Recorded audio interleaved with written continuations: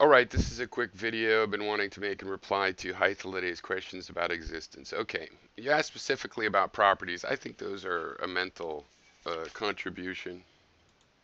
I think those are a mental contribution. Um, it looks to me when you reduce information about this consistent physical world, which is a subset, I'll explain my ontology again in a moment. I'm going to try to keep this brief too so that I can just focus on that. But when you look at the world, everything seems to break down into parts and parts and parts. And when you get to the tiniest parts, or what might be the tiniest parts, they change into energy and are fluid. So there is no actual atomism where something is what it is and can't be broken up. Everything can be at least translated back and forth from energy into matter and from matter into energy and back into a different kind of matter. Okay, which to me shows that properties are just behaviors of systems. I'm a relativist. I think you can only relate between two things. You can't just say, well, what is the thing's relation to the universe on its own or anything like that. And the color red is not a property of the apple that we're looking at, be it a picture of an apple or a real apple or even a memory of an apple.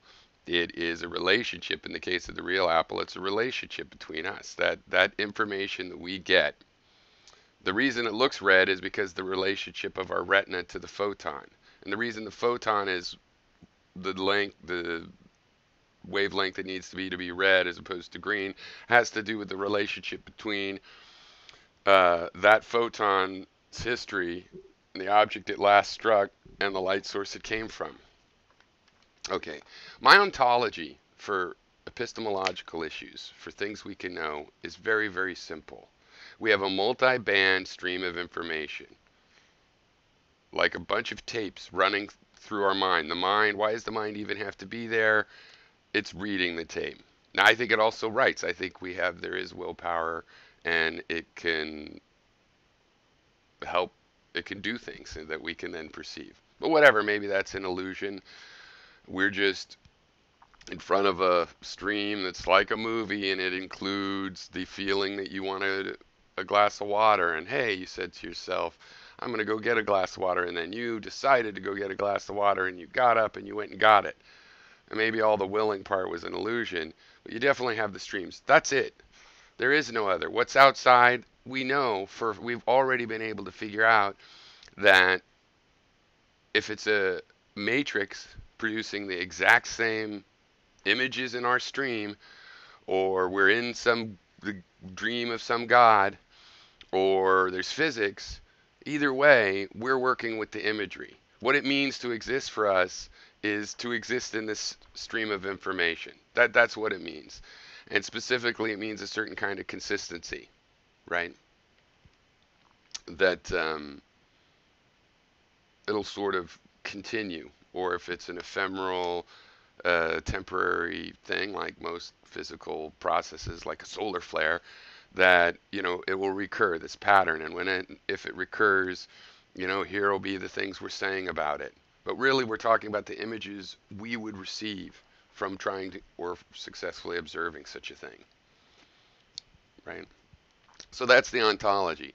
So that's what I always revert back to. So for example, with extensions, in the extension of an apple, so that's all the things that the word apple applies to.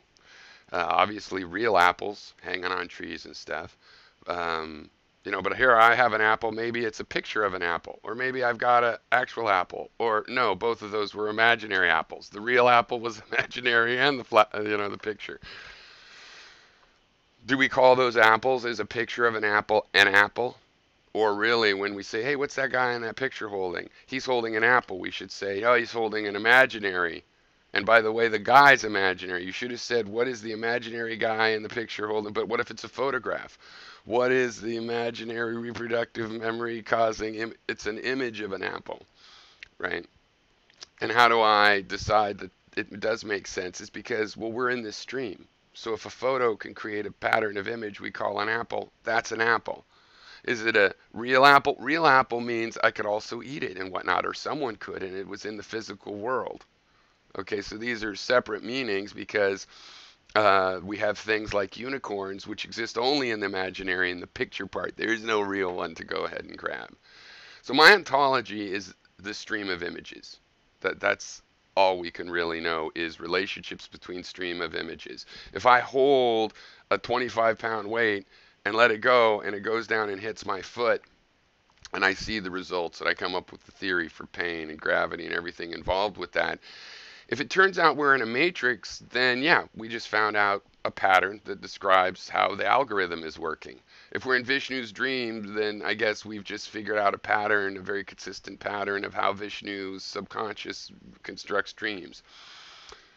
Now, I'm a materialist. I don't believe it's either of those things. I believe it's a physical universe. Um, but it's still the same thing for me. I get a stream of information. My judgment about what happens when you drop a weight on your foot comes from that stream of information and is the same whatever the source of the stream of information. Now, can we probe what more about that stream? Could we prove it wasn't a computer? Well, not in principle, but in practice, yeah, just like in the Matrix, they figure out there's glitches in the Matrix. There's things at some point of physical universe you could learn enough to understand that you're in some kind of a device, say. You know, maybe you'd find a network connection to a camera of the outside world or whatever.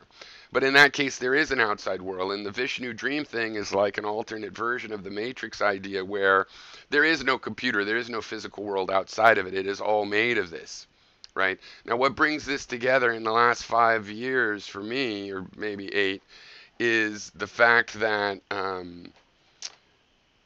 this idea that information could only be in the brain. So we have this stream of information. That's the only place information happens. Out there has to be something else. But it turns out that the idea of information does apply to what seems to be the source information. Out there, no. Breaking down our stream of information, looking closer and closer at certain details, in quantum mechanics, it looks like quantum mechanical experiments that what exists in the universe is information being transitioned through various states. And in a way, this shouldn't be that surprising. If we are evolved and material in the naive ways that evolutionarily we're just born to think, well, we're physical things. Our brain works processing information. That turns out the universe is made of information out there. Makes perfect sense. When we come back to things like do fields exist, though, you have to remember, I'm going back to my stream of information. I'm saying, well, yeah, I know of no other concept that arranges for me to analyze these streams of information that I get with space filled with details. So there could be local phenomena. So something could be happening over here where there's a strong force vector, and over here there's a weak force vector. So that exists. But could it be something else than the concept of space that you've seen somebody talk about in a physics video? Yeah, it for certainly is. You know, different. We don't have the perfect concept of space or cause and effect or even identity.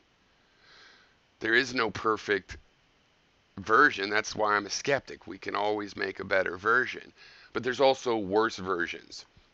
So like arguing with Gary about what exists is surreal in that he doesn't seem to get that I don't want an explanation that makes me feel better about what must be out there.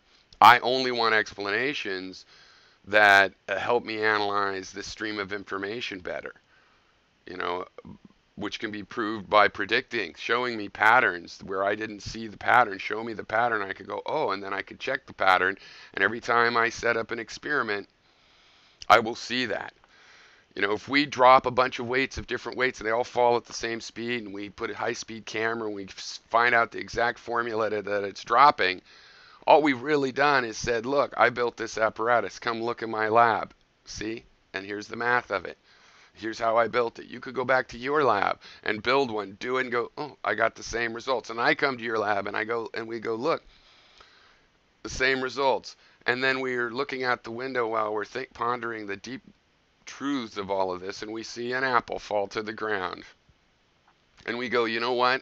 I'll bet that apple's falling the same way as these objects in our experiment.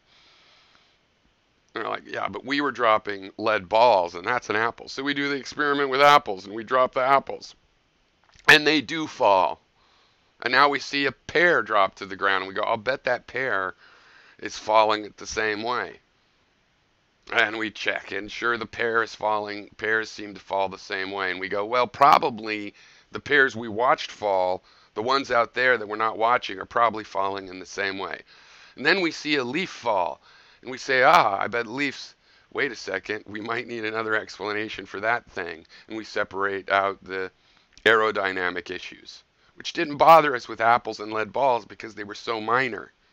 But with a leaf and a feather, they're rather major, but we can still separate it out. And all we're doing is predicting what we will see if we took something into the lab, what we would see if we could go out in the world with our lab equipment and measure it.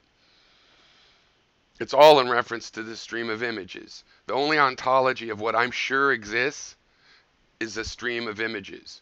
That defines what I am, and it also defines whatever can be considered to exist. Yes, there could be other things out there. We believe that there are. As a matter of fact, the stream itself gives us hints just by the fact of there being a future, that there's more information we haven't gotten. Yeah, that seems to be the case.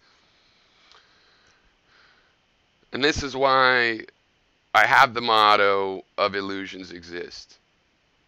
Because Gary wants to say, I've rejected your system, it doesn't make sense, and then he keeps acting like it doesn't exist. I know there's no unicorns running in the forest, so unicorns don't exist, but then again, my cousin has one on his t-shirt. So illusions do exist because there's a lot of illusions in this stream of information. My ontology includes a lot of information, not all of it reliable. And I can figure out what I consider the signal by putting strict boundaries on what I'll accept. If I see something on my desk in a dream and I look away and I look back, it may not be there anymore. But when I'm awake, if I do that and it wasn't there, I would say I was hallucinating. I would be concerned about that at least. Maybe somebody stole my apple, right? But the fact that actually every time I check, it's going to be there. Or if I lose something and I can't remember where it is and I'm looking, and then I find it, it's like, oh, I remember putting it there. That consistency of that thing existing, whether I remember where I put it and everything else, that's an example of a criteria of, okay, some of the images that I'm getting I consider physical things. Why? Because they have this ultra consistency. They don't come and go on a whim. They're not dependent on my mood, whether they are still there on the table.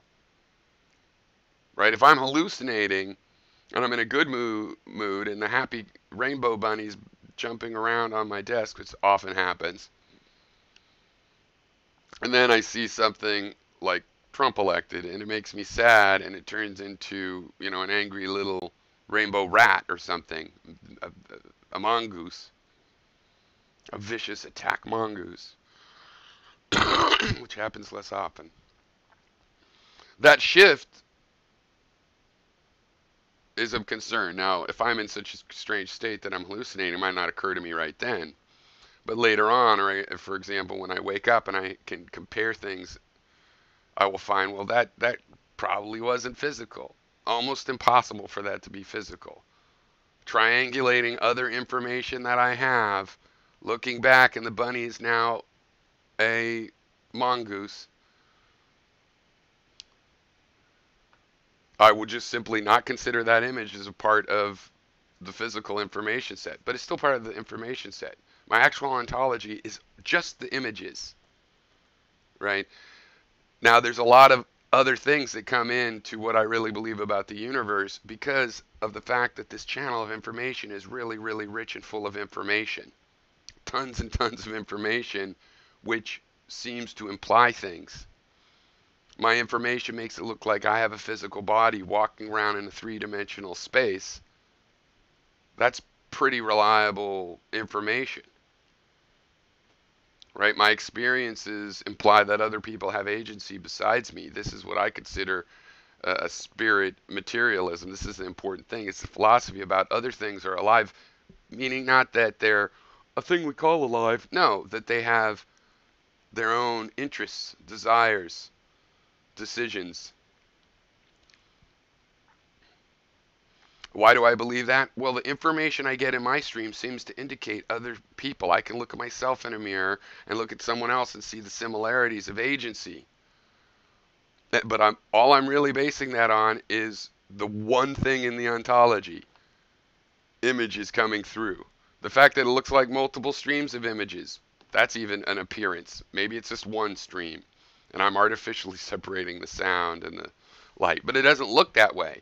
And if you interact with your world, you'll be interacting with the images you get, and you could set up these experiments to probe out certain phenomena carefully. Speaking of which, what's with Gary says he's not going to do the laser bending experiment. Right. All right. Cheers.